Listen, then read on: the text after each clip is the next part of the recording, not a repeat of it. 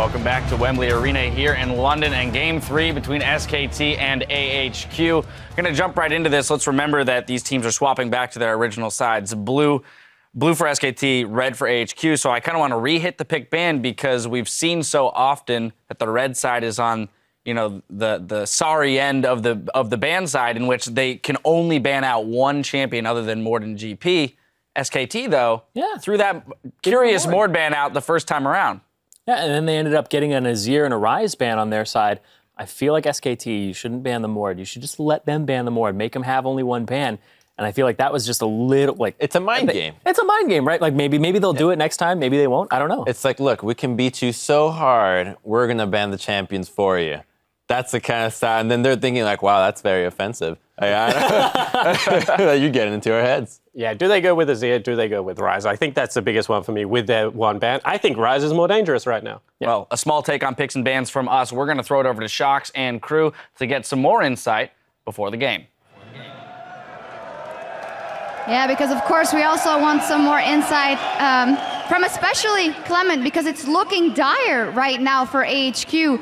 When you look at the picks and bans coming out of Game 2, we did see the Tristana coming out, but as you pointed out, that early game pressure wasn't able to come out. What's the next step for AHQ? They're truly with their backs against the walls. I feel like AHQ has that Japanese anime dynamic to them. They only have one skill, and a lot of times the bad guy's gonna punish them, and they're gonna be like, why are you keep on using that one skill? But that's all they have, that's all they know. I think they're just gonna go on at it, and hopefully it's gonna work better this time. Yeah, the thing is, especially in Game 2, it really showed the level of skill the SKTelecom players. So to me, there's a mark of a truly amazing player, and it's when they react perfectly to a situation they've never been in before. Like, a good team or a great team can do a lane swap perfectly, and they can prep a dragon correctly because you put wards down in the right spots, and it's generally easy for worlds of this caliber. But when Marin sees a dive and goes through the Tristana, and gets out, and Figure TP's the right time to catch a Darius. When SKT plays so ridiculously well with the lead, where they never get caught out if they do flashes up because they get caught so rarely, and yet they're always behind you somehow. SKT as individual players are so remarkably smart about this game. When it comes to the mid game, it's almost impossible to get it past. And on top of everything that we had seen already with the 6-0 group stage, FLICKR really had a fantastic game as well. Last game on Ryze, where he went 7-0 on Ryze, a 10 KDA. And it's just adding to all of the troubles for HQ right now, even though that was a lane matchup that they didn't expect to win.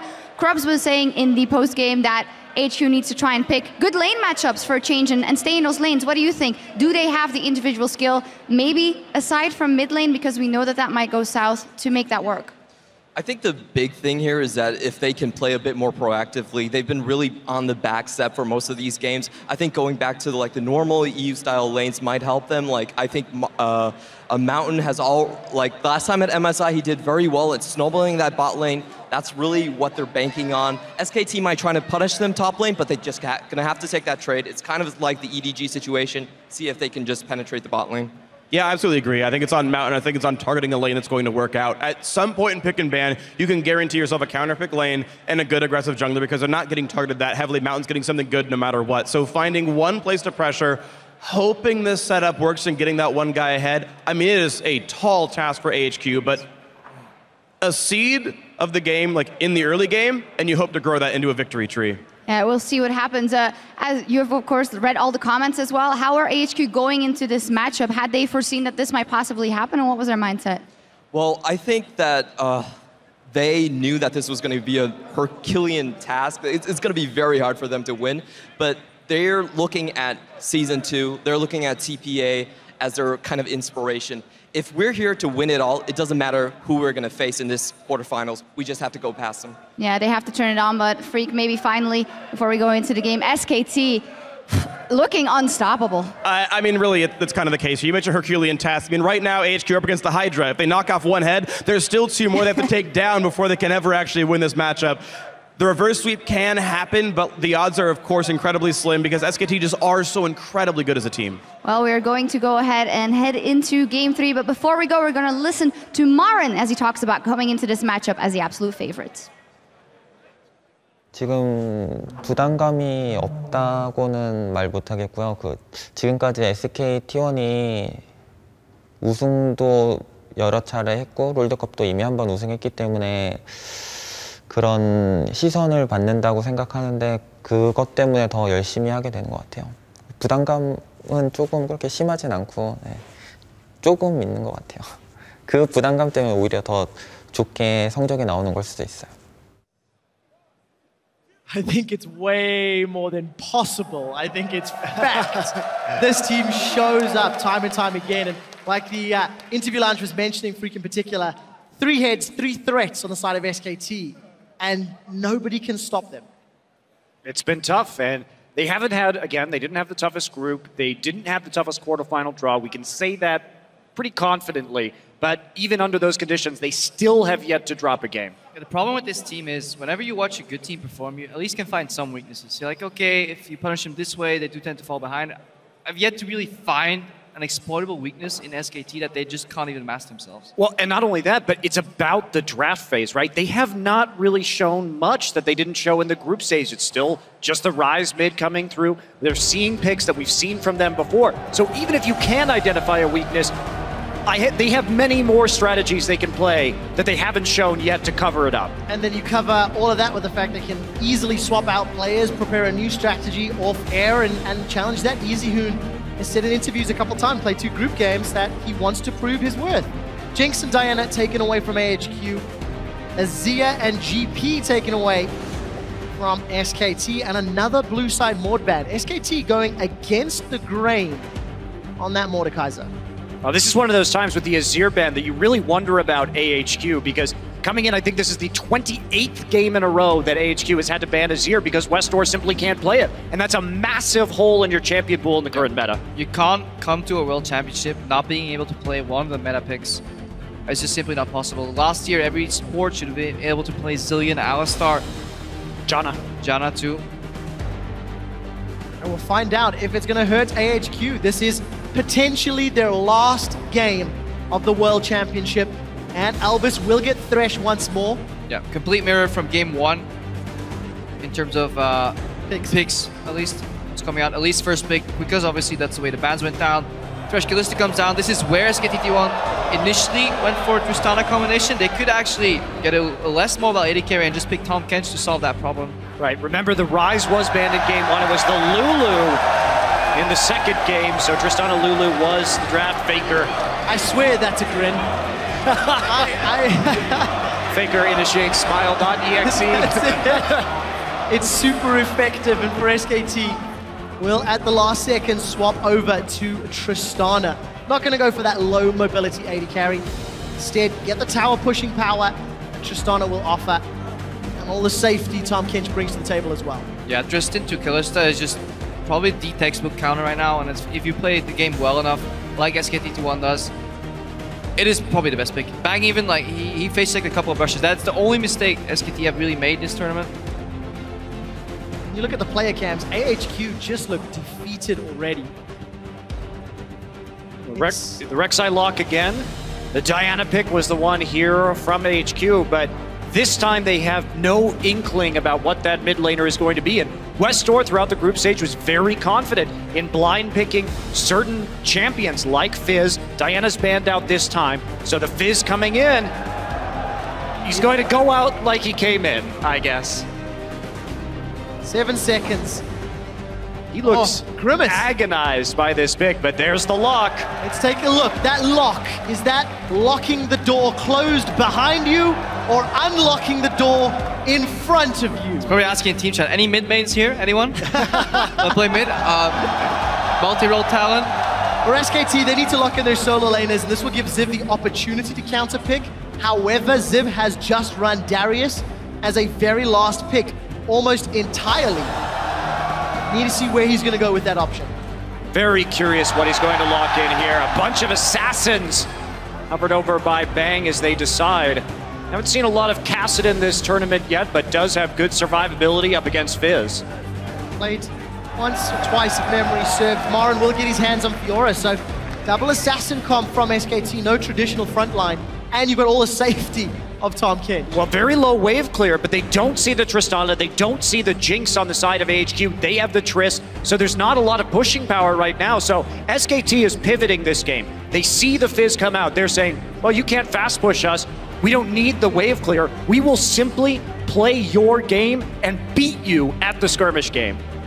If AHQ don't get a damage source from their top lane, they could just run out of damage as the fight plays on.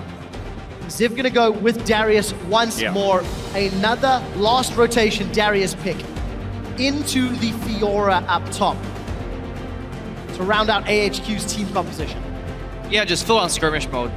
No wave clear, probably the lowest amount of wave clear we've seen in the entirety of Worlds. If you combine all champions here, just full on skirmish and very snowbally either way. So in that sense, if AHQ gets ahead, they can start punishing SKT, but I feel like I've heard that before, Crepo. Yeah, but what else are you gonna say? I mean, come on. Yeah, and it has to happen with FLICKR. FLICKR's the one playing with the TP here. We saw him play with Ignite and Westdoor with the TP in the first game. They are going to have the higher mobility.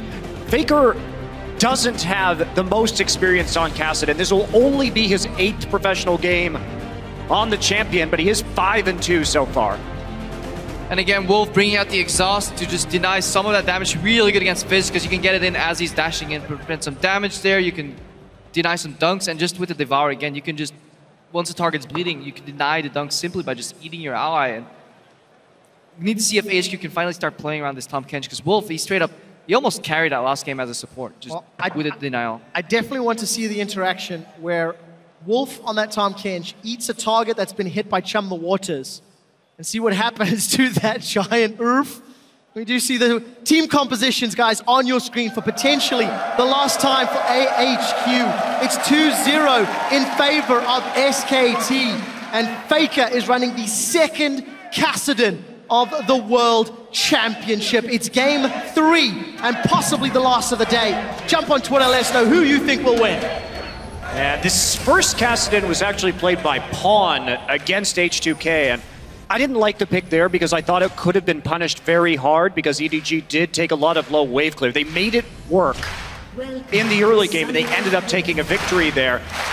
But this time around, I feel the Kassadin pick is very, very safe for SKT because AHQ simply does not have the tools to punish it. Yeah, and in the laning phase itself, you just want to get that Q out as Westdoor's charging at you to deny that initial damage. Westdoor obviously wants to use Playful and Trickster to deny most of FLICKR's damage, so it's a very skill-heavy matchup. And a lot of auto-attack trading in minions will decide how that lane goes. Hook goes wide here, so Albus started with Hook. Bang did not get caught, and that's a 50-50 though. Any point in that brush, Bang could have technically gotten caught there.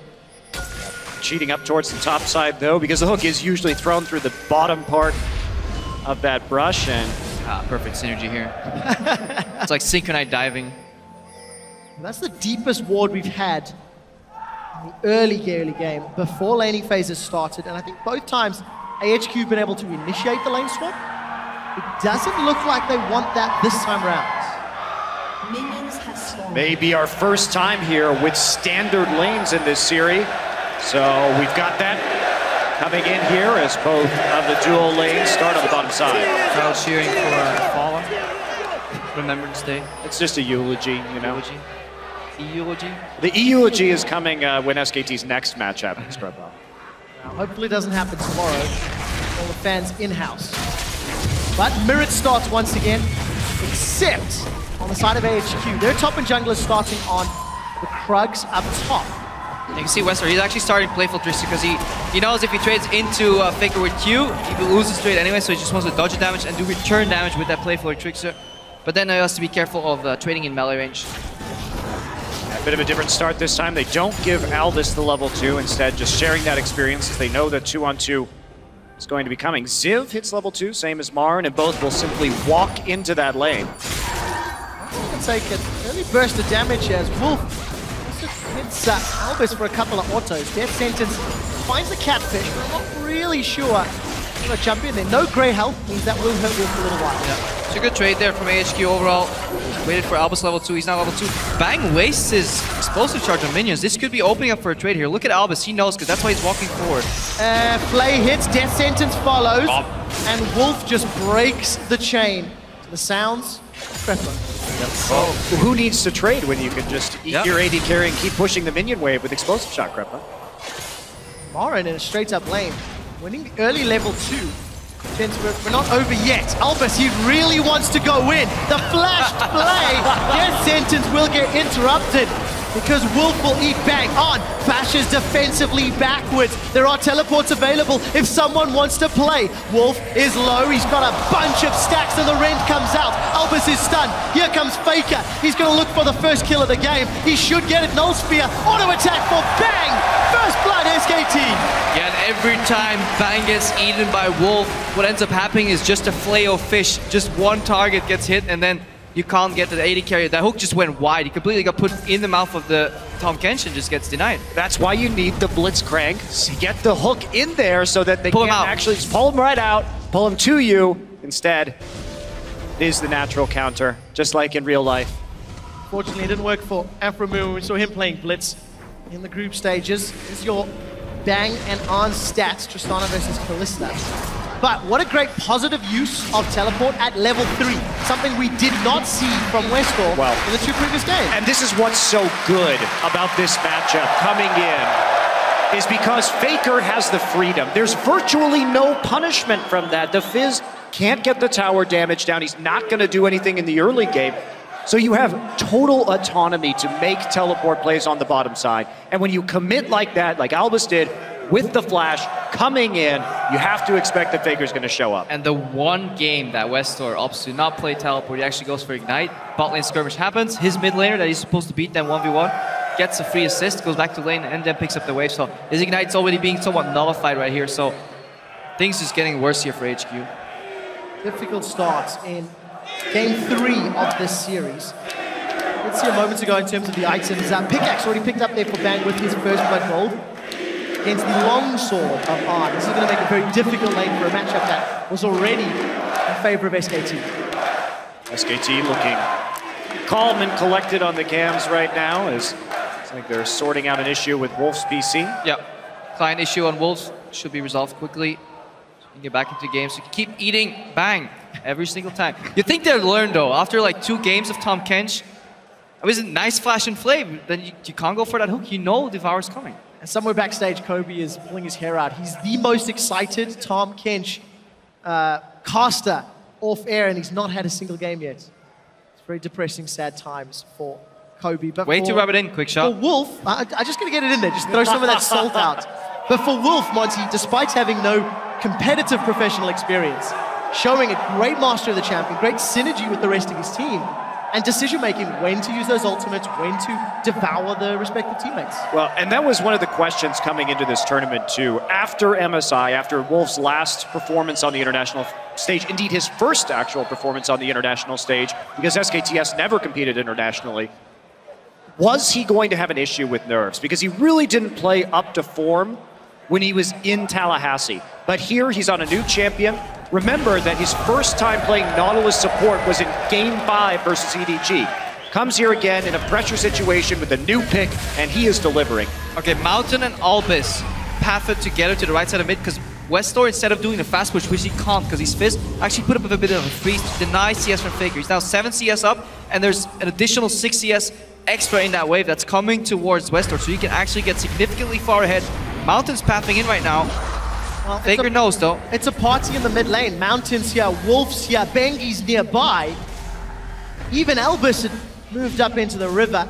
They're still taking far too much damage, forced to back away, and this wave should reset slowly in the next few minutes back towards FLICKR. He's trying to deny as much as he can though, while Westor is going back. Mountain is just pinned to this mid lane right now, trying to keep the wave off the turret. So SKT just buying a lot of information, a lot of time right now. Yeah, HQ just going too far in that freeze. Sometimes you sacrifice too much trying to preserve it, and then FLICKR actually ends up 2v1ing here. In the top lane, we see a beautiful counter here from Arn on that Darius spin. Yeah, nice riposte, and we've talked about this matchup being very good for Fiora because you have the riposte and you have the dash to get out of the decimate as well.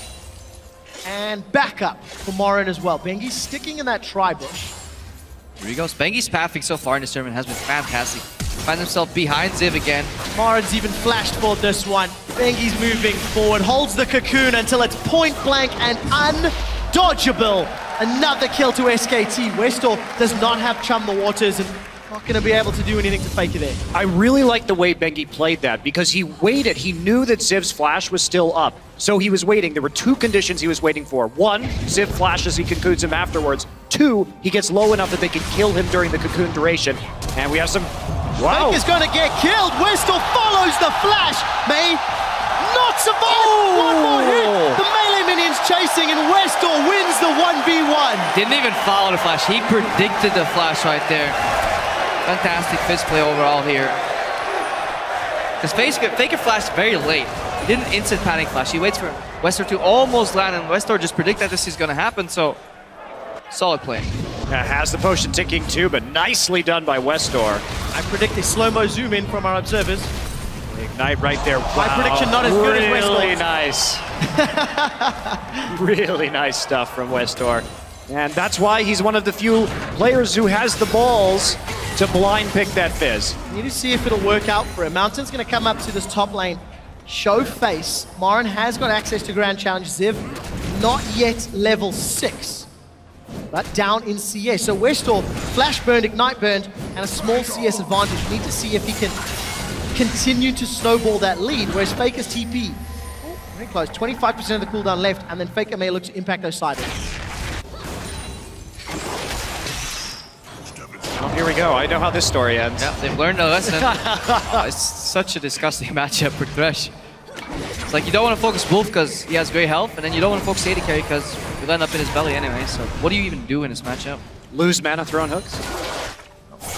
You see him farming relatively well. Apprehend gets pulled back onto Marin. Ziv has got Noxian Guillotine and Flash. Might was up, and Marin again at this stage will get pushed away. Spawn will be happy to see the matchup playing out exactly as described in the analyst desk. Nice displaceable Trickster right there. He really knows the limits. He's 2 levels up on FLICKR right now, so feeling very confident and doing quite well in this lane so far. Oh! Ooh. Ziv flashed for that one. Just took a turret shot, so Marin's gonna back off. Mountain has to be careful. You saw Bengi earlier. He was dueling vision on Bengi though. Goes in on Marin though. Not enough. Marin manages to survive. Bengi's now going to look for Mountain. Finds a cocoon. Has the support of the minions. Westor was roaming, but not going to get in range. Mountain's going to back away. Yeah, there's no counterplay to that yet because SKTelecom has started to lose this mid lane battle. So they can't really play aggressively around this Westor. That level up again, and he's going in with the fish. Let's get some good damage down, but doesn't follow through with anything more. Stone or Playful Trickster. Westor's increasing that CS difference, plus 13 as we get closer to 10 minutes. But he needs to do a whole lot more if he wants to make up the goal deficit that his entire team find themselves in. More farming right now, so no big action coming up. Of course, we do have a couple of TPs available for Ziv and FLICKR's just going to use his to get straight back to that mid lane. Doesn't want to lose any more farm on this turret. Force pulse off while he can. Doesn't have flash, but Ziv will once again be dueling Marin. I really feel like we've seen a lot of the plays this series multiple times, gentlemen. Yeah, devours from Wolf, the lunges from Marin. But Marin's still farming exceptionally well, despite being pushed back, despite the duels that are trying to set up.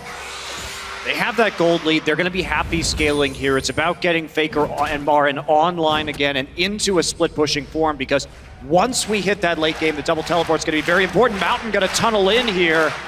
Let's see if they can make this work. Abyssal Void, this is aggressive. Going to deliver bang to On. Exhaust is being used. On is no summoners. Is going to have the Devour in a moment. Wolf is tanking with the Grey Health. Bang gets the kill. Wolf props the Gay Health, and he gets out alive. SKT get themselves one up in the top lane. Mountain still not pulling the trigger. In fact, he's backing away. That was an incredibly bold tower dive, knowing the limits of those champions so well. Yeah, just the execution there. And then the little hesitation at the end of Wolf there, where he's like, do I save my AD carry? No, I can just spit him in for the kill because Buster Shot was still available. Tanks his tower, juggling tower aggro with Devour. It's like an Elise dive too. Really creative usage, and that's something we haven't seen too much from Tom Kench players. Using that Abyssal Voids in your lane to make these picks, and that's just good knowledge of where Albus was on the map too, because if he randomly showed up at any point in that exchange, that could have been ugly.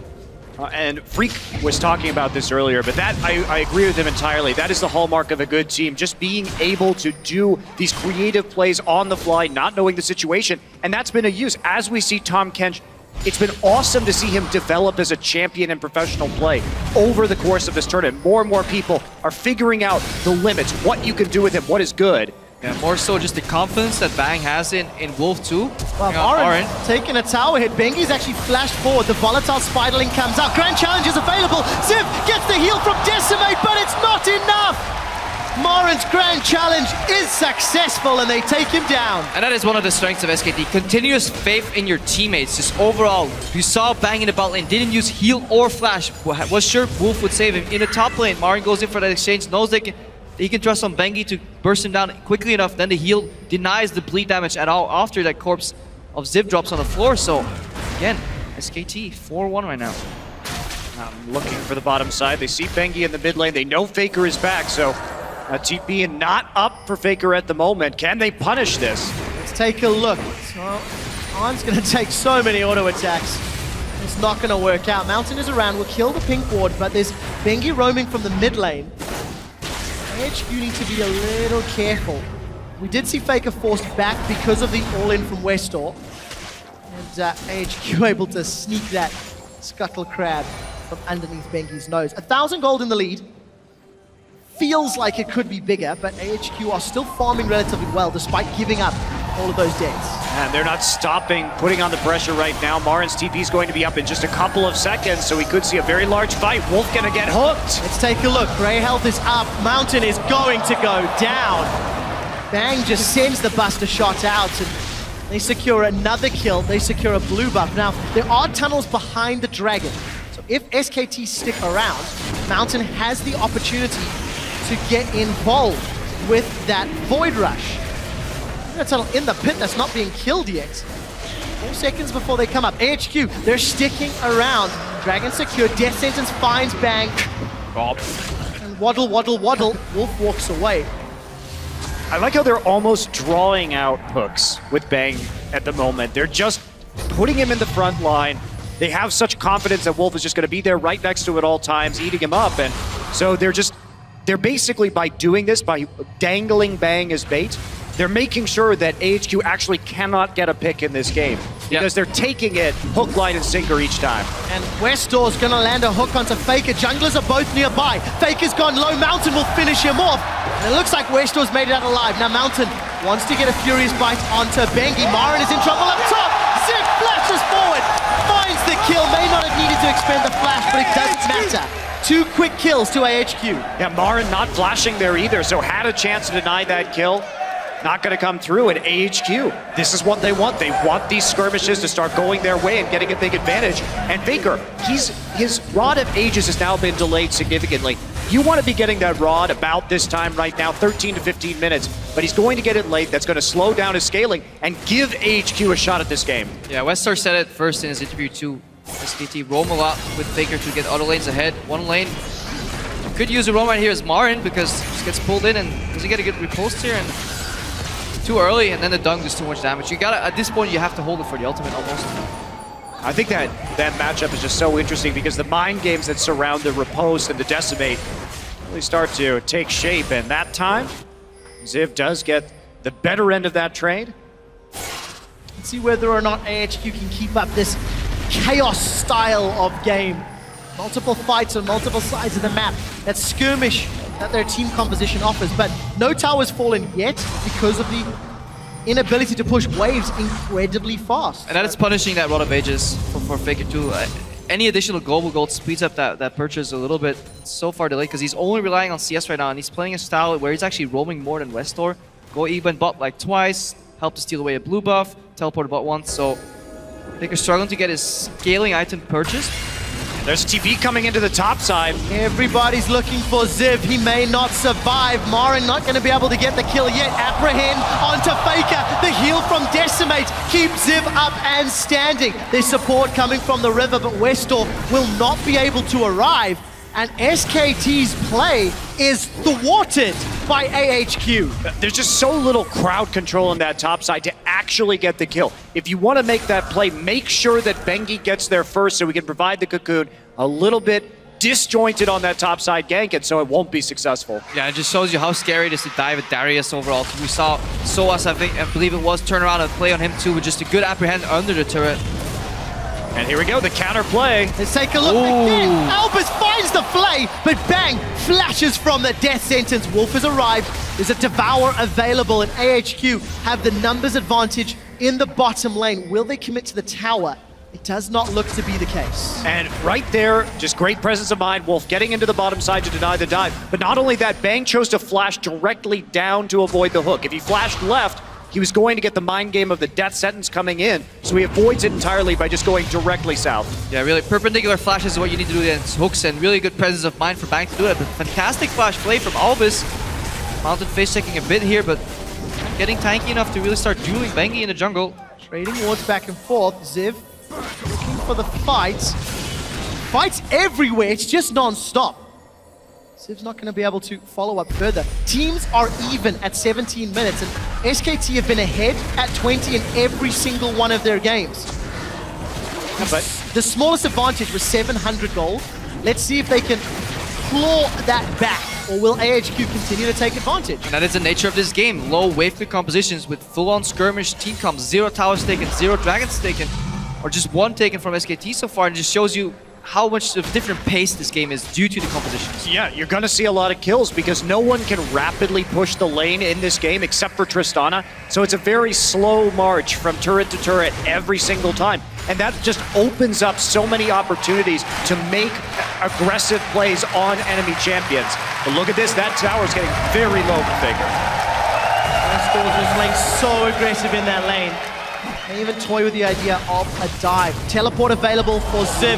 Finds Chum the waters, and FLICKR will not be able to get out.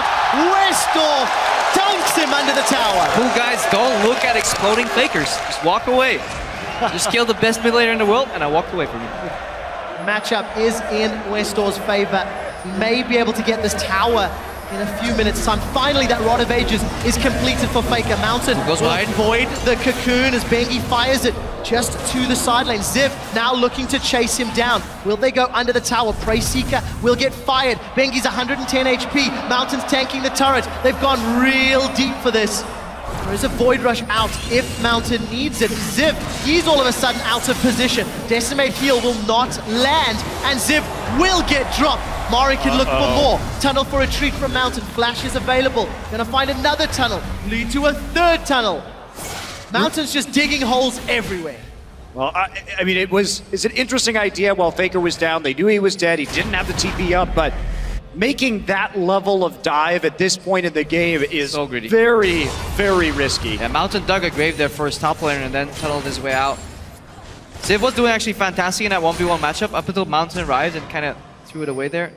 And you can see the power from Marin too. Once he gets to proc that ultimate, it's so hard to take him down. Just the amount of healing that comes out of that. And you can feel just how, maybe desperate is a strong word, but how much AHQ want and need those aggressive plays. Multiple times this game, they've just gone in over and over and over. And yes, it's keeping them even, but they simply do not have a lead. And I'm scared of the scaling options on the side of SKT. This is a good move here by SKT, putting Tristana in the mid lane, especially with Wolf being able to deny what Fizz can do into an AD carry. A lot of the damage, both the Q from Fizz and the R, can simply be denied. And SKT's one siege component now finally finds an opening. Yeah, and I think that I totally agree. Great swap. We are going to see FLICKR's teleport come back up soon. Another duel going on at the top side. Let's take a look. Ziv finds the apprehend. Decimate. The dunk gets repulsed. Flash forward for Ziv, followed by Marin. The bleed is burning, and it will not be enough. All of a sudden, Wolf wants to deliver bang to Ziv's backside. Ziv is looking for something to come from this, and unfortunately will find himself between a rock and a hard place. And it's Bang, Marin, Bengi, Wolf, all gonna be involved. Kill credit to Marin. Yeah, it's tough to get the bang in the backside right there, you know what I mean? So, yeah, it didn't work out for him that time. Ziv goes down, and then now we're gonna see this pressure. Can they get the mid lane turret for it is going to be the question, because that is going to be a pretty favorable trade for AHQ. And for the first time all tournament, Westor has a CS advantage at 20 minutes. AHQ have a gold advantage at 20 minutes, a tower advantage and they're going to even the Dragons out. This is the closest anybody has been with SKT, arguably because of the team compositions, but AHQ need to do more. Now, tower and trade for the Dragon. SKT already with that first Dragon of the game, so they're not going to be too broken up about that. They're going to take a red buff and grab all they can. Now that the map opens up and a couple towers fall left and right, you can definitely see some macro play come into the playstyle of this skirmishing. You really need to start playing smarter, use vision to your advantage, and more importantly, vision denial. Playing with Fog of War is incredibly important if you play this heavy pick style composition, because being at the wrong place at the wrong time could just cost you 2 towers, because you simply just can't out-rotate people anymore because you have no tower seat whatsoever. Yeah, and for SKT, it's all about playing around the Tristana. They have the double teleport, and until On actually gets a Hurricane here, they're not going to have really that much great wave clear. Marin already snapping up the last outer turret, and SKT, this is where they need to start initiating that 1-3-1, and they probably don't want that casted into the Fizz. Remember, FLICKR's Rod of Ages came 18, 19 minutes in this game, very delayed. He's sitting on 4 stacks, I believe, right now. But only 4 stacks of FLICKR, so he's so far. But not only is he behind in the matchup, he's behind in the item build. That's why we see Wolf showing up here in the top lane. And Wolf is looking, he's hungry. This is a sushi fight if ever I've seen one. We did trade flashes back and forth, and Wolf wants to waddle forward. Bengi's all of a sudden out of position. Assist for Mountain, and On gets the kill credits.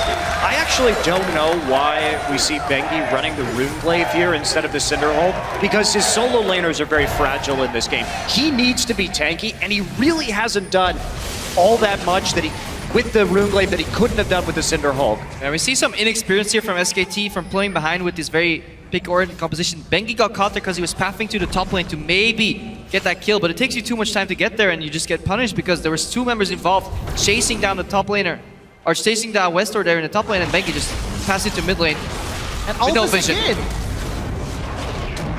He's coming on through, and there's the Fate's Call, just dragging him in with the Lantern right after. Very well played combo. Wasn't even looking to help top, just wanted to push in mid there, but you can't do that with no vision. Not when 2 members of your team are in the top lane.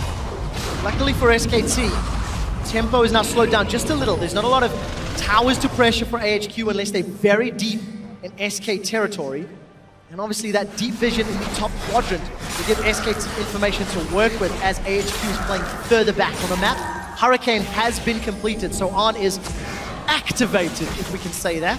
AHQ doing a fantastic job. Even though Ziv died a lot, he's still putting a lot of pressure in that matchup, continuously drawing SKT members to him. The other side of the map, Albus and On haven't gotten outplayed anymore. Learned their lesson about the Devourer too, so with Westor being up 3-0 here, they gotta actually, they're poised to take control of the map for the next 5 minutes.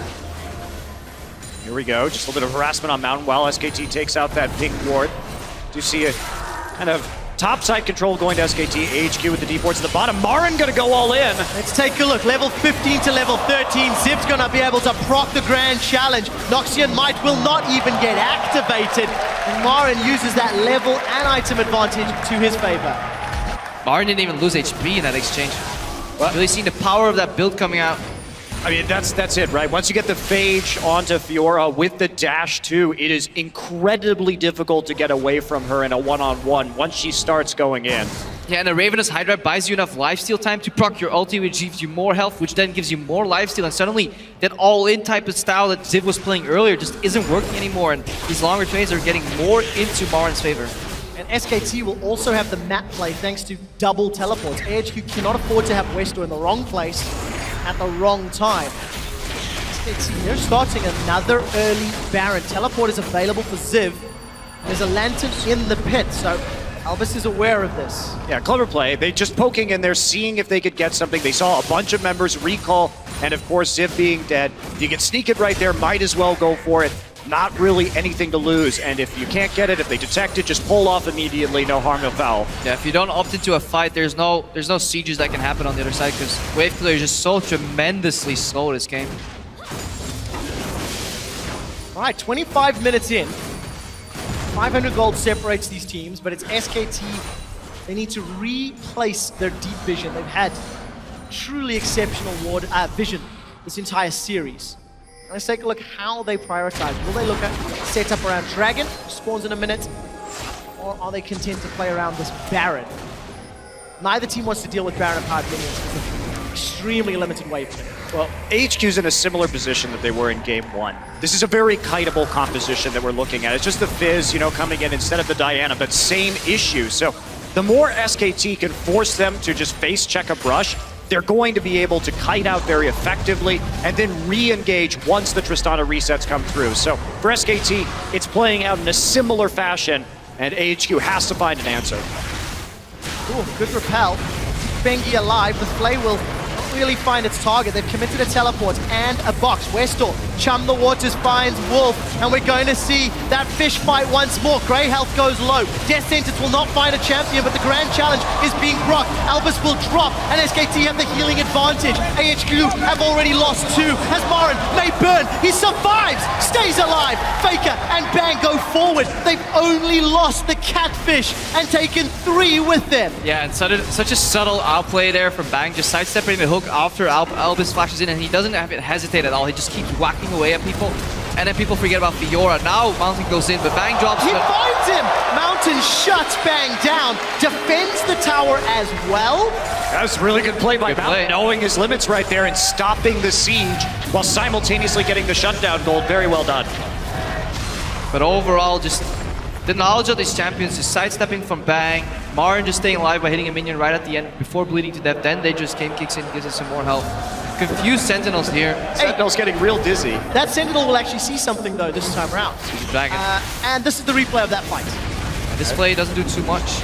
Doesn't do anything at all, and Bang just on the outside of the box right there. And this is exactly the fight that SKT wanted. Sorry to cut you off, Monty. Westor's going to play for Trickster up. Kill credit to On. Teleport comes in for Faker. He will most likely find Westor. No, Westor hops and skips and plays away. He stays alive. Faker's got that Rift Walk to safety, and nobody's really going to be able to chase him. Even with the Prey Seeker, Faker gets away. So AHQ find a kill. Marin, who is maybe out of position. What can they take with the 25 seconds? Probably just gonna go to the Dragon here. They have some vision around the Baron, but they obviously can't afford to fight Baron and SKT at the same time. Picking up a Dragon is possible here. They got some teleports down. Bengi though. Oh, Albus finds another death sentence. The Flay this time goes wide. Fate's call. Bops Wolf on the head. Albus is on the front line. The death sentence finds a target. Wolf's down. Bengi's caught by Chum the Waters. PS connects and Westor finds one. AHQ, they're taking control. They're making very great picks overall. AHQ are looking to turn small advantages, which is the Dragon, into bigger things. They want kills and Dragons. They do it fantastically, but one can still credit Bengi's positioning this game. He's been going a little bit too far forward and has been picked off or in need of saving multiple times this game. Well, it's fine. You have to think about the Runeglaive versus Cinderhulk trade-off, right? If you can position more aggressively in a tanky situation like that where you're just trying to get onto an objective if you have that Cinderhulk. If you're playing with a Runeglaive, there has to be somebody else there because you're a damaged champion. The entire purpose is just to burst somebody down. Albus though, he's landing a lot of hooks this game. He's not afraid to flash forward, to use them either, so he's trailing every time Wolf eats somebody, he's trailing Wolf, and then Wolf gets caught himself, so he's trading lives. Albus is keeping AHQ's hopes alive.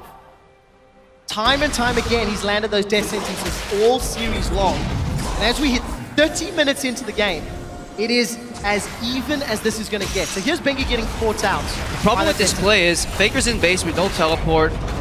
Bengi should never walk there. There's no way he can contest that Dragon ever. He's only setting himself up for a potential pickoff. Like, another nice hook here. Wolf goes down. You can't afford to play the map 4v5, and Marin was still dead there, so they were playing the map 3v5, blind into a Dragon that they shouldn't even contest. And they had, HQ had a pink ward, so there was total vision denial in the river, so you have to assume that if you're walking on a ward and you can't see what's in the river and you don't see Thresh, assume that they're there. Assume that they are there. So a lot of praise to AHQ, at least their mid and bottom half of the map, because it's Ziv that's really far behind. Level 15 to level 17. Still down 20 CS. Ziv bought them the time to get ahead though. Ziv continuously got aggressed upon by SKT members, still kept even against Mar. Now that matchup is tilting away from him, but he bought so much time so that Westor and On could trail ahead. You could say he was absorbing the pressure that SKT was applying, making sure that Westor had the freedom in that mid lane. 4-1 and 3. Got another needlessly large rod picked up, but Faker is continuing to scale. Rod of Aegis has been fully stacked for a few minutes. Hourglass is completed as well. So, gentlemen, Kassadin is a thing. Do not forget, you can start to chase on down. And one thing that's crucial that's been finished is Bang's QSS, so he can drop the fish. So now, this is where Fizz starts that problem. We get into the late game, we see some of these defensive items coming out. It really cuts Fizz's damage. He does become more of a... I think, so Ziv apprehended pulled it one, over the wall, yeah. and then got the kill credit as well. So Ziv is like mine, and got it. Fizz becomes more of a two-pronged attack weapon here right now later in the game once he finishes that Zhonya's, because he can go in for the initial combo, Zhonya's wait for cooldown, then go again and use the second playful trickster to get out. So in that sense, he can fight still after his fish gets dropped. But it becomes an ultimate skill matchup later in these team fights. One that Westor will know intimately. Longest standing Fizz player probably on the planet. Look how scared Westor is. He just pathed left to right a couple of times, so he's not quite sure where he has to be on the map. He wants to push top lane right here, but he's prioritizing vision denial a little bit on the Baron area, and he wants to be in a position to flank mid if that siege happens from SKT. He's still pathing left to right. All the positive plays that AHQ put on the map, despite being even, they are the ones that are under pressure. Ziv dealing with Marin in the bottom lane despite being 2 levels down. And SKT playing safe and respectful in that middle lane. They're not over-aggressing on the tower. AHQ need to find another miraculous pick if they actually want to get map control, because it's simply not there. Well, one thing that SKT has been doing this game is just making sure that the minion waves are constantly pressed into AHQ's side of the map. They have that advantage in the top lane, and they're only able to do it in 2 lanes right now because FLICKR is so far behind. But as this game goes on, FLICKR will be unleashed as a 1-3-1 split pusher instead. And then it's going to be very difficult for AHQ to contest just the map pressure, because even if they get a pick, even if they win a fight, taking an objective afterwards will be extremely difficult. Release the FLICKR. I think he was unleashed earlier this game. Continues to scale up. So Dragon is up in 2 minutes. Baron continues to stay standing, and AHQ committed vision resources to this top quadrant. So the Baron dance, gentlemen, we may see it begin. SKT is aware of the way AHQ wants to win these fights later on. That is by flanking with the Fizz. So you can see every time they don't have vision in the river next to them, they back off, and if they do, they're constantly pinging out Westor's position. But just an incredibly stale game. Nobody's really breaking up any towers here. And it's about time to remind everybody, if SKT win, they qualify for the semis to face Origin. AHQ need to pick up a win to stay alive in the tournament. You cannot underestimate how important that is. Right, tower dive. Marin's going under. Will proc the grand challenge. Riposte that decimate. And that may unlock some time on the tower. Marin does have flash available. Albus is looking for a target. Will not find one, and bang, Rocket jumps quite aggressively there, knowing it was limited threat from engage. SKT, they found some time on this inner turrets. Yeah, and they've just controlled this bottom side of the map because of the pressure that we've seen Marin exert, just slowly chipping away on this tower. A little bit dangerous for HQ to even walk there through that path to defend it, but they do get away unscathed. Yeah, he picks up a Spirit Visage now too, just to increase that healing even more. He's barely even dropping in these small trades, and he just whittles down Ziv until the pressure makes them crumble, and eventually they lose an objective. But it's a slow, long battle to really get him chunked enough to zone him out of the lane, and then you get a tower. But could be looking at quite a long game this game. Well, that's the reality of these pick compositions going head-to-head. Neither team really has very good siege, so it's about the split push. It's about these little bitty skirmishes around objectives. So heading into 40 or 50 minutes would not really be too unusual here. No. Fortunately for AHQ, it is about individual play. It is about landing that one skill shot, that one flank. So as we continue to scale up, Dragon number 3 looking to be secured with the Ren, Stacks, and Smite. It should be an easy secure, made simpler as SKT back away. And that movement speed is going to help AHQ against this incredibly mobile, incredibly difficult team to lock down from SKT. Yeah, and if AHQ can actually deny the possibility of a blind Baron against SKT, they can just keep playing towards 5 Dragon win conditioning. They're fine getting pushed in up until the Dragon spawns. They don't have to get any other objective on the map as long as SKT can't really sneak a Baron. Later on though, you have to be careful because Fiora, Elise, Tristana does an incredibly quick Baron. This is the first game all worlds that SKT has trailed in those Dragons. Cocoon finds Mountain. He's very confident on his tunnels. He's got some support coming up from behind, but here's Bang. There's the Lantern. Mountain again knew that he had relative support, but that may have been a tad over-eager. By getting poked, though, he is seeding up vision control of the Baron again. And you have to weigh, as a jungler, you have to weigh that very seriously. Does it matter more if I lose those wards, or does it matter more if I get this blue buff? And that's what he chose. He didn't get either in that situation, but playing so aggressively by himself is a risk when it comes to preventing SKTelecom from now threatening this Baron very actively. Yeah, and as the 4v4 moves away from mid lane, but actually towards Baron, teams distance themselves a lot farther from that bot lane, where the 1v1 is convincingly being won by Marn. So we could see a repeat dive into teleport later on by Marn. That's what SKT is waiting for right now. Luckily for AHQ, Scuttle Crab belongs to them. So SKT playing around with vision in the pit. Ziv looking for Marin. Marin forced a flash. It looked like Ziv flashed forward as well. Did not use the dunk on. Will ride the lantern to safety. The explosive satchel. That was QSS off, if I'm reading that correctly, and summon a heal. SKT now have the advantage. They chunked AHQ out, and they're looking to push towers. Marin loses the fight, but ends up winning by getting the tower anyway. Well, yeah, he has a ton of lifesteal on this build, right? So he's going to have that advantage. Can't quite knock it down, but it's just little by little. He's winning the duel in this bottom side.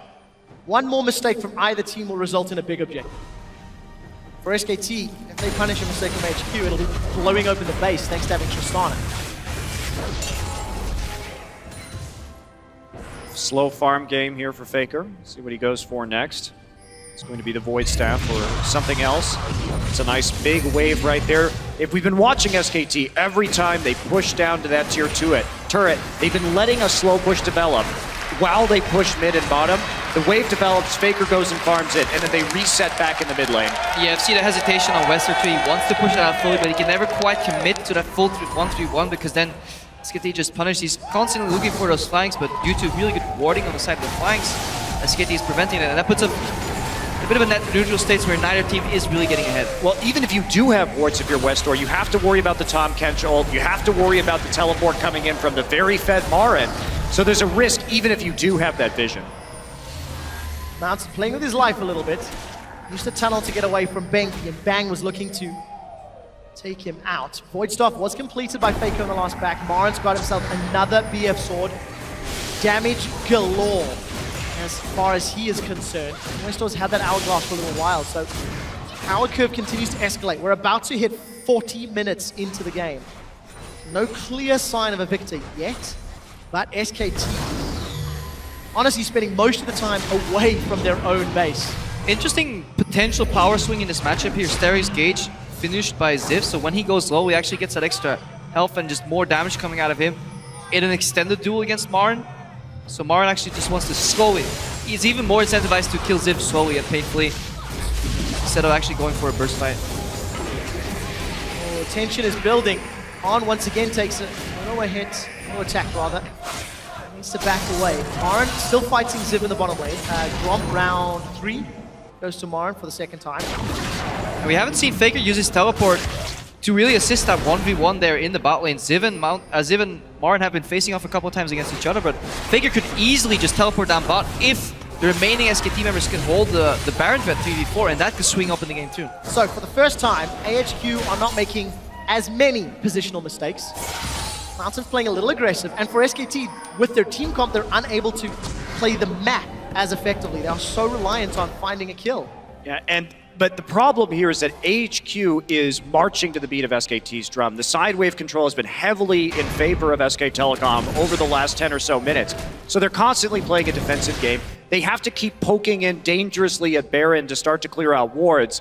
And it's getting very difficult. You can also see Ziv, he doesn't want to get past that brush too far. That's why this lane has constantly been pushed up in the bottom. Not because he's afraid to duel Marin, because he's just afraid of FLICKR's teleport. So as long as FLICKR has a teleport, bot lane will always be pressured by SKT. Now that Wolf has got some armor, got some hit points, he's actually somebody that can tank up Baron a little. So simply put, nobody else from SKT can really tank it. There's sustain from Marin and Bang, but that's so risky. They're actually pinging bot. They may go for a teleport play here. Find and engage. You can see the fight happening in the bottom lane. Marin, the challenge is out. He looks to be winning. Steris Gage comes up. Ziv with Noxian Might looking for a target, and they end up nullifying one another. Marin is recalling. Baron is being dropped so low. SKT have decided to peel. The Cocoon does not find a target, and actually Marin, he's staying in lane. He's got sustain. Arn is going to hop backwards. The box comes down for a little bit of zoning. The Flay finds no one as Westor's coming from the side. He connects onto Bengi, but Bengi repels away, drops down. Ziv, he won the duel. He can recall back. He can teleport forward. But can AHQ do anything with their next minute of 5v4? Potential home guards teleport could threaten the Baron, but remember, AHQ is sitting on 3 dragons right now. Yeah, not only that, but that was a misplay from SKT. As soon as Ziv doesn't use his ult in the bottom side, you need to back off, because in a TP versus TP duel, Marin had already used his ultimate. Ziv coming in could be dangerous. They're going to go for it, though. Let's take a look. Where are the wards? Ziv needs to arrive. FLICKR's been chunked down by that Baron. The no real front line hurting them a little. Dragon number 4. Gentlemen, the timer is now cranked up to 6 minutes, and it's actually AHQ underneath that clock. This is the first time we've actually seen teams threaten SKT here at Worlds. Let's watch that again, this duel there in the bot lane. Ziv goes low. Hits the Dustmate right there. There's another one. Wow. Mystery post. Yeah, you can't afford to do that in this matchup.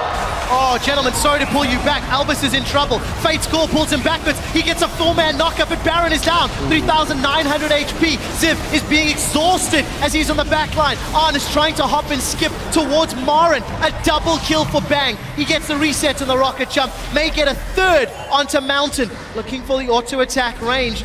Will not find it. FLICKR is going a little low. He's going golden, and Marin wants to finish off Arn and Westor. Westor throws down the hourglass. FLICKR shuts Arn down. Westor will follow shortly thereafter. We unfortunately didn't see the setup, but all of a sudden, all of the work that AHQ put in, completely undone. I don't even know what to say about that. Marin, they waited too long to start that Baron where he had his TP up, he could get into the pit. They're going to charge straight forward for an inhibitor right here. Take it out, and then they'll have the ultimate pressure onto that Baron. Yeah, fantastic team fight there from SKT, moving in and out of the fight, and they can likely just finish up the game, but then it makes you wonder, why did AHQ start that Baron when they had a potential 5th dragon? It's a question that AHQ will be asking themselves all the way through the offseason. SKTelecom destroy AHQ's Nexus and are 1 step closer to the Summoners Cup. Wow, so a very abrupt end to that game after a very long, well-fought game by AHQ. But they don't, like you're saying, Prepo, they don't play around the 5th dragon, and instead go for a very risky Baron when Marin's coming back up with TP, and they are punished. Yeah, lack of foresight and lack of adaptation has punished HQ a little bit, and tenacity is something we've seen a lot from this SKT squad. They know how to play from ahead, but they also know how to cut their losses and play slightly slower from behind until inevitably somebody makes a mistake and that swings the game over. They don't need much. I'm very surprised. That was a very abrupt end. What an unfortunate end for AHQ. The first time they had a real shot to take down SKT. They held, they defended for so long. Well, and SKT, they opted in the draft to play into that style. Westor did an extraordinary job in the mid lane up against FLICKR. But in the end, some macro mistakes and a missed shot call cost them the series. And ladies and gentlemen, here in London, put your hands together for SKTelecom. They advance to Brussels, where they will face Origin. What a fantastic stage that'll be. Oh, wait to see that. Euphoria or eulogy? Eulogy, baby. Find out next time on the episode of 2015 World Championships. I think we'll have 1 Euphoria and 1 eulogy in the semifinals. We'll have to find out. But for SKT, questions this game, I think. Go back to the draft. You can talk about, hey, if it had snowballed earlier, how much easier could it have been? You can talk about decision making, but for Westor and crew, difficult loss, a difficult exit from the World Championship. Every game this Tom Kench pick is being picked on support, the value becomes more apparent. Both teams playing it and teams that face off against it. Might even see support bans come out later on. Just the value of that Devour, it showed so much in that bot lane here for SKT. They already played well with it. The tower dive, the Abyssal Voyage, you know, with Bang and Wolf under the tower aggro switches. I like seeing it. It's really a fun champion to watch. I don't imagine it's very much fun to play against. I can't even play it. I enjoy tried it once, I just can't do it, so. The thing that I really like is just the evolution of the champion, as we were alluding to during the course of the game, is how we saw Tahm Kench come to fruition in week 2. We saw some real high highs from the KOO Tigers and some low lows from, you know, everybody else who tried, really. But now we're actually seeing, again, Wolf showing a great proficiency using that Abyssal Voyage aggressively, despite how easy it is to read, despite how long it is to channel and cast. You can make it effectively. Yeah, probably still the most underused ability, I think, out of his kit. Just because Tahm Kench on itself would work without the ultimate. He's one of those champions that even if you didn't have Abyssal Voyage, would make a fine support pick. One could argue that Thresh was in a similar state back in the day. You didn't even need the box to play him because his kit was just so strong. But I want to see more Abyssal Voyages used to really rotate around that and surprise people. Just get behind wards and then path in for ganks. Just so many plays potential. Similar like Bard has like journey that you can do. Really, you can open up the map and open up plays that people are not really used to seeing. Yeah, not only that, but the choices you can make too about which allies to take with you, how that's all going to play out. I feel like we're just seeing the tip of the iceberg at the Tahm Kench play, and especially as we go deeper into this tournament, undoubtedly it'll be a very big pick, and the players will get more comfortable, not only the support players, but that's a team pick. Yeah. You have to play as a team around that, so everybody has to know how it works. The next question as well is, how do you play around it if you let it through? Because that's a question that nobody's been willing to answer yet when it comes to Mordekaiser and GP. They're just on the permaban list. But Tahm Kench, if you go, look, you know, Morn GP are 1 and 2 priority, how do you play around the Kench? I mean, you change your play patterns. You saw Albus adapt during the game too. He stopped hooking people. Yeah. You use hook as a zoning tool rather than just an offensive tool because you know hook leads to devour, and then you get counter-traded, so you just stop hooking people. Crepo, all of my hooks are zoning tools. Ladies and gentlemen, we're about to head to Shocks in the Interval Lounge to talk to the best mid laner in the world. Thank you.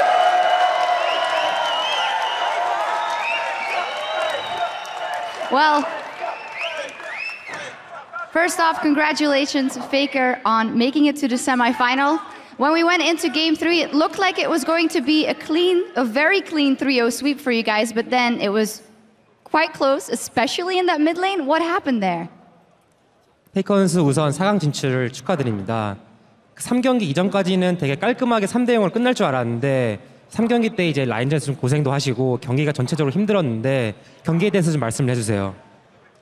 우선 이 경기까지 했을 때는 저희가 쉽게 3대0으로 이길 것 같았는데 막상 3경기를 하니까 좀 굉장히 힘들고 또 그리고 플레이를 하면서 느낀 게 제가 원래 상대가 잘한다고 느낀 적이 거의 없는데 이번에 웨스트도어 선수가 피즈를 좀 정말 잘하시더라고요. 그래서 많이 힘들었던 것 같아요. Okay, so up to game 2, we thought the games were going pretty easily.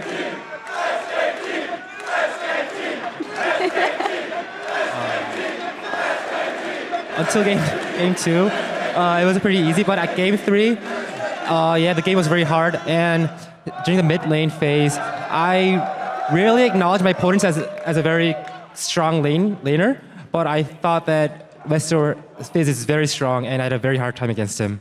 Well, it showed, but in the end, you guys still managed to win. That means that now you guys are 9-0 already in the tournament. When we talked in the group stage, we talked about how it would be a very fun tournament because there was no obviously super dominant team. But to me, it's looking like you guys are becoming that team. How have your thoughts changed since then, and now that you're 9-0? 지금까지 이제 9승 0패로 전승 가도를 달리고 있는데 페이커 선수가 조별 예선 때는 인터뷰에서 지금 이번 대회에서는 다들 상향 평준화돼서 되게 재밌는 경기 많이 나올 거고 치열할 것이라고 얘기했습니다. 근데 이제 지금까지 봤을 때는 SKT가 절대 강자로 보이는데 혹시 그에 대해서 어떻게 생각하시나요? 우선 지금까지 저희가 압도적인 경기력을 보여준 거는 사실이지만 사실 저희가 스크림에서 그렇게까지 완벽한 모습을 보이지는 않기 때문에 전승이 힘들다고 생각했었는데 앞으로도 지금까지는 좀 전승이어서 앞으로 좀 운이 좋으면 가능하지 않을까 싶고 그렇기 때문에 앞으로도 좀 더 잘해야 될 것 같습니다. So even though we were dominating up till now, we were kind of having a hard time during scrims. So I didn't actually see this coming, this 9-0 record. But we got up till here without dropping a single game. And I think if we try really hard, we might be able to pull the entire tournament. So we'll just keep on practicing hard and hope for the best. As we get some disco lights in here.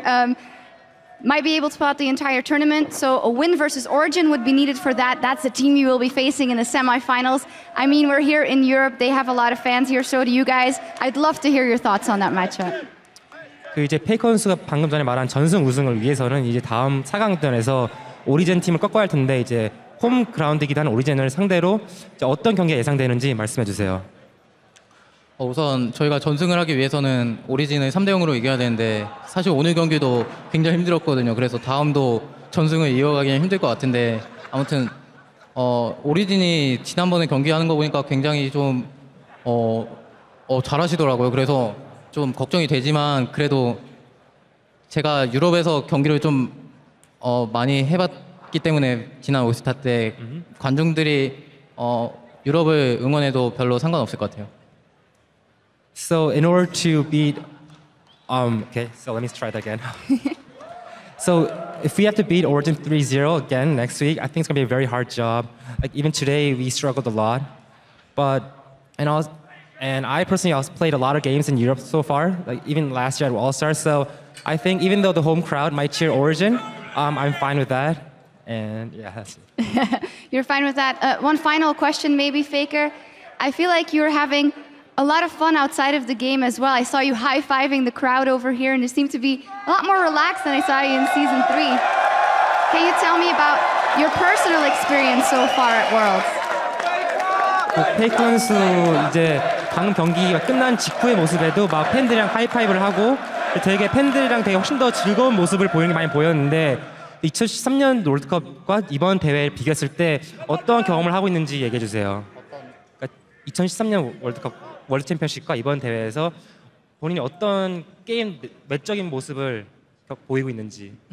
우선 그 롤드컵에 올 때나 올스타에 올 때나 느낀 점이 항상 유럽이나 북미 팬들이 정말 열정적이고 그래서 게임을 할 때도 더 재미있게 할 수 있는 것 같아요. 그래서 더 기쁘게 할 수 있는데 지난 2014년도에도 저도 사실 팬들이 응원해 주는 거에 대해서 정말 감사함을 느꼈지만 그다지 표현은 안 했었는데 이번에는 어느 정도 표현하면서 팬들한테 좀 하는 게 좋다고 생각해서 하고 있는 것 같습니다. So whenever I played a tournament at either NA or Europe, I always feel that the fans are really passionate.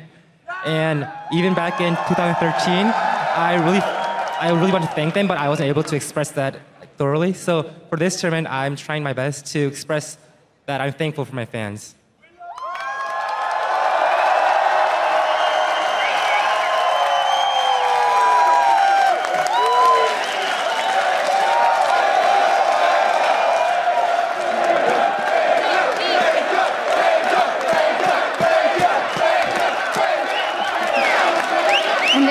Very thankful to you, and I'm very thankful for this interview. Thank you so much, FLICKR. Congratulations. Thank you. And that will be it from us, guys. Take it away. Thank you, Shox. That man has no shortage of fans and how passionate they are. Jumping into this series, though, was a 3-0 for SKT, so they're keeping their undefeated run here at Worlds alive. I want to start with the picks and bans here, though, because FLICKR comes out with that Kassadin into the Fizz. Yeah, we were talking about how much we were liking SKT drafts. This was the one that I walked away from going, I don't know where the wave clear really is here. So it's going to be a stalled out game that requires a lot of skirmishing, which they, SKT has shown a lot of prowess for, but so has AHQ. So this was going to be a bloody game that I thought going back and forth. And the Kassadin against the Fizz was not working out for him at all. He got solo killed twice, and then there was one kill that was, for an all intents and purposes, it was a solo kill, but the junglers kind of had a little bit of a hand in it. It was a cheeky draft, but I do think that his laning disadvantage came from that early teleport. When you TP in the early game, like before level 6, to get one kill that you don't even get, you get an assist, and then you got a base, walk back to the lane. That gives a huge level advantage to the Fizz, and that's really where the snowball began. Yeah, but then when he got killed the first time, they were both level 5, and then Fizz got 6 off of the kill, and I think it was the Ignite, the kill pressure of the Ignite. Because we've been back and forth about TP versus Ignite in the mid lane. This was a great display of the type of advantage you can get when you run the Ignite and the type of pressure that Yamato's been talking about that you take to a TP mid laner. Also a great display of what happens when you predict the flash and actually flash before the Kassadin does to where Also, the Kassadin what happens will when you flash. drop the fish? Come on, guys. No. What was that? What was that? There was no fish involved in that kill. That one wasn't the fish. One thing I He got it the next kill, though. He used the fish the next kill. All right. One thing I do want to point out is that the Fizz matchup against Kassadin is actually really, really easy for Kassadin to set up ganks. And I want to give credit to Westor here and how well he played this, because generally when you're Kassadin and you trade with your Q, the reaction from Fizz is that he wants to jump in and trade back with his E, and what that does is it sets up these weird slow pushes and Kassadin freezes in front of his turret, and it's actually super frustrating as a Fizz player to play against something like that. But what Westor was doing was refusing to trade in the first 3 levels, and he would jump out of it, and then he actually got the freeze in front of the turret after the teleport came in, and even though he didn't have level 6, he would have hit it eventually first anyway, just because of how well he manipulated that wave. And that's just something that really good Fizz players will do, be able to trade outside of the wave and get in a small advantage like that. So credit to Westor. He didn't have the best first couple of games, but that game 3, he certainly did do a pretty good job at the start of the game of being able to dictate the pace as a Fizz player like you should be able to do. Also, happy birthday to Westor. It is his birthday today, and what present would you want more than solo killing FLICKR Multiple twice? times. Multiple times on your own accolades. So once again, happy birthday, Westor. The game result wasn't the best for you, but your performance was still very good. Yeah, the next thing I do want to move into, though, is the performance of AHQ as a whole. In this game specifically, they're arguably their most competitive game against SKT, but really this whole series, we do have to look at the efforts and the plays that they were making to give SKT a run. Yeah, definitely. And one thing I do want to compliment them on in that game 3 is that they made a mid-series adjustment, and this is something that we didn't necessarily think AHQ would be able to do. We said that they really didn't figure out the Veigar. This time you have to say that they pretty much figured out the Tahm Kench by the end of it and were able to play around it. And I think that they had some very good individual moments, like the turret dive that went bad for Myron, and Ziv was able to get the solo kill. I guess Arn standing up against Bang in a matchup that we thought Bang would be able to exploit a little bit, showing that he's a legitimate AD carry on the world stage. I think that this is a team that still has a lot of upside, and as they get better macro players, they will be able to continue to grow as a team. Individually, they look fantastic. It's just that macro play around the map that looks a little bit It's really like a diamond in the rough showing, you know, that rough around the edges, but the intentions are good. You know, they want to do the right plays, but they're just fumbling it here and there, particularly that final call to the Baron. You know, you got 4 dragons to yourself. Relax and really bring yourself back into the game, because that's something that comes with experience. You know that you have the upper foot in this game. Don't go for that Baron. But I also want to say that's what makes AHQ so fun to watch. Like, you never know what they're going to do, man. Sometimes it's frustrating, but if that paid off, you would have been like, what the heck is going on? In Worlds, though, you got to put fun aside and try to go for the ultimate play, because ultimately they wanted to say, if we want the championship, we're going to have to beat SKT. I mean, to make a case to the opposite, or to his point, I mean, Salty Timo is fun to watch, so... there's a case, the stream Salty Timo. Do you not know it? But anyway, I digress. I digress if you're not aware. I've never heard of this. I'm thinking about like the AHQ versus Fnatic game. Like, to me, like, it was a very degraded game. In the end, it was just people running at each other trying to but what a great game of League of Legends. Like, from a spectacle point of view, to be able to just see raw mechanics on display like that. It's like, it's not perfect League of Legends, but it is very entertaining. AHQ is out. It was a valiant effort put up by a team, you know, who made it to the top 8. So as you mentioned, they're better showing than they had last year, and they were up against a tournament favorite. So good on them. Now I want to look at SKT moving forward. Again, this is a team that, undefeated, hasn't been forced to show too much.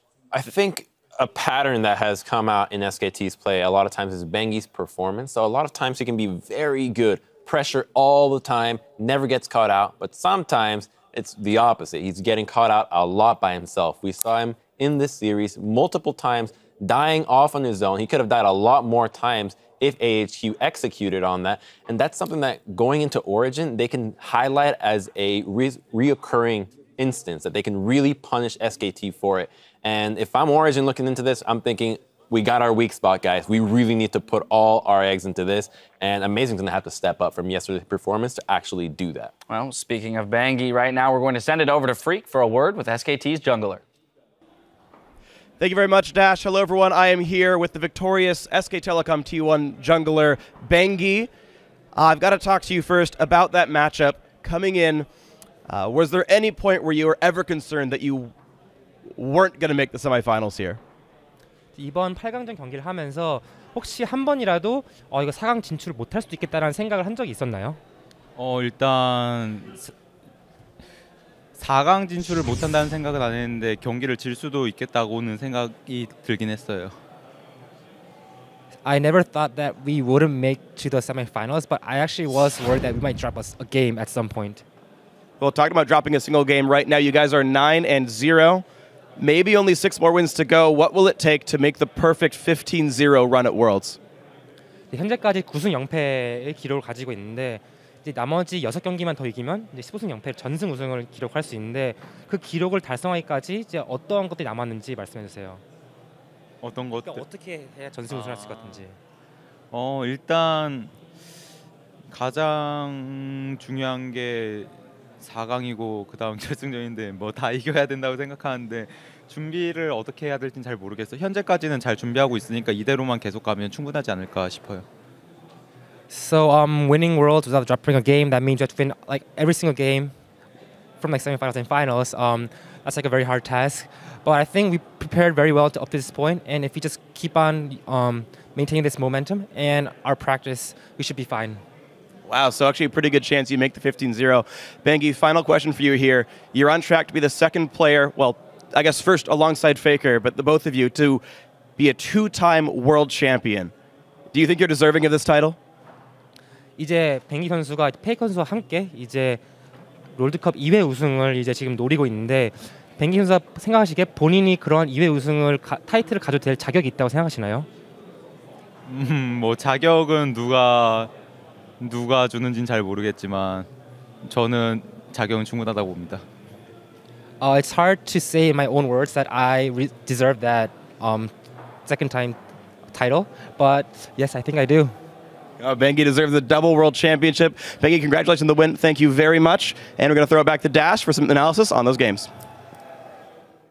Thank you, Freak. We'll get into how they might perform later on in the tournament in just a second, but I want to talk about today's series and the fact that we have to acknowledge Wolf, who had a big day on the Rift as he unbenched the Kench and claimed our Player of the Series honors. I was talking about it earlier where after MSI, a lot of eyes were on this guy to perform, but he has stepped up, and now on the world stage, we're seeing a different Wolf than we were seeing at MSI the last time he was playing internationally. His Tahm Kench, great champion for him. He seems to know this champion in and out, and he had some really good ultimate plays there. The one that stuck out for me was the one where they dove the bottom lane turret, because he had an understanding of this champion where when you dive, the person in your belly actually gets turret aggro first. So the Tristana took aggro, then he was devouring him afterwards to spit him back out again. So they were doing great swapping there. He's shown a lot of intricacies on that champion and stepped up. And we've given Bang credit throughout this entire tournament. I'm going to say that this was actually one of Bang's worst performances, and he got caught out a couple of times. You saw it on the screen there. He face-checked a brush with Tristana. In lane, he got hooked. Wolf actually did an amazing job of keeping this guy safe at all points of the game, was able to shut down a lot of the momentum plays that AHQ were looking for, and that really affects the tempo of the game when you're able to do that from the support position. And it's worrying for Origin to see a new champion come out knowing that you're probably going to have red side for a large majority of the semis, and now you got to ban Tahm Kench. That's another guy to put into the table.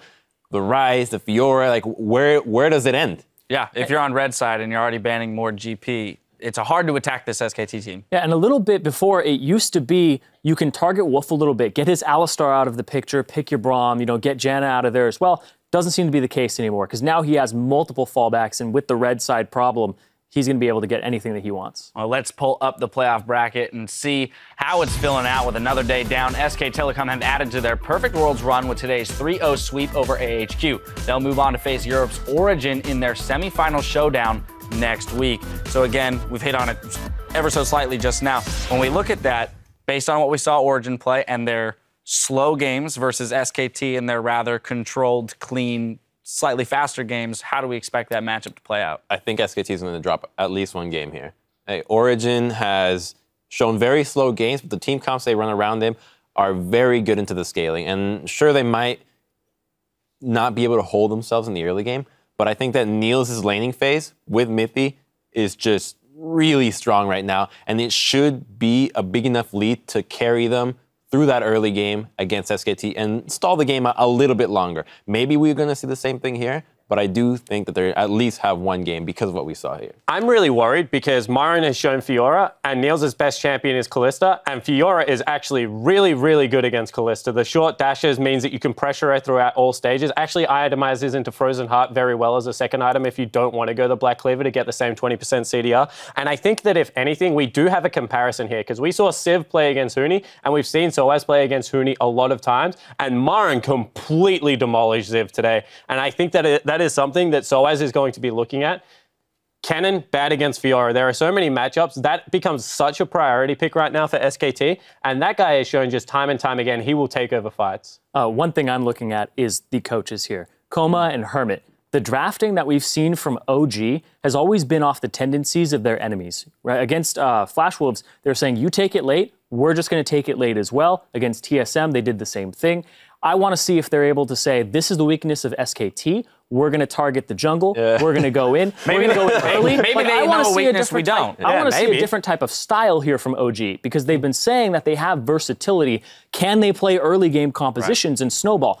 Because we've seen the late game. Don't know if that's going to hold up, but I want to see more. I don't want to see a Nivea every game. Yeah, in that interview that you should all check out on LollySports.com, XPK does talk about, though, the fact that they have struggled with speeding up the game, and that's why they fall back onto those longer games. So I guess the big question is whether or not they're going to be comfortable enough to go back into a fast-paced game against SKT of all teams. We'll have to see.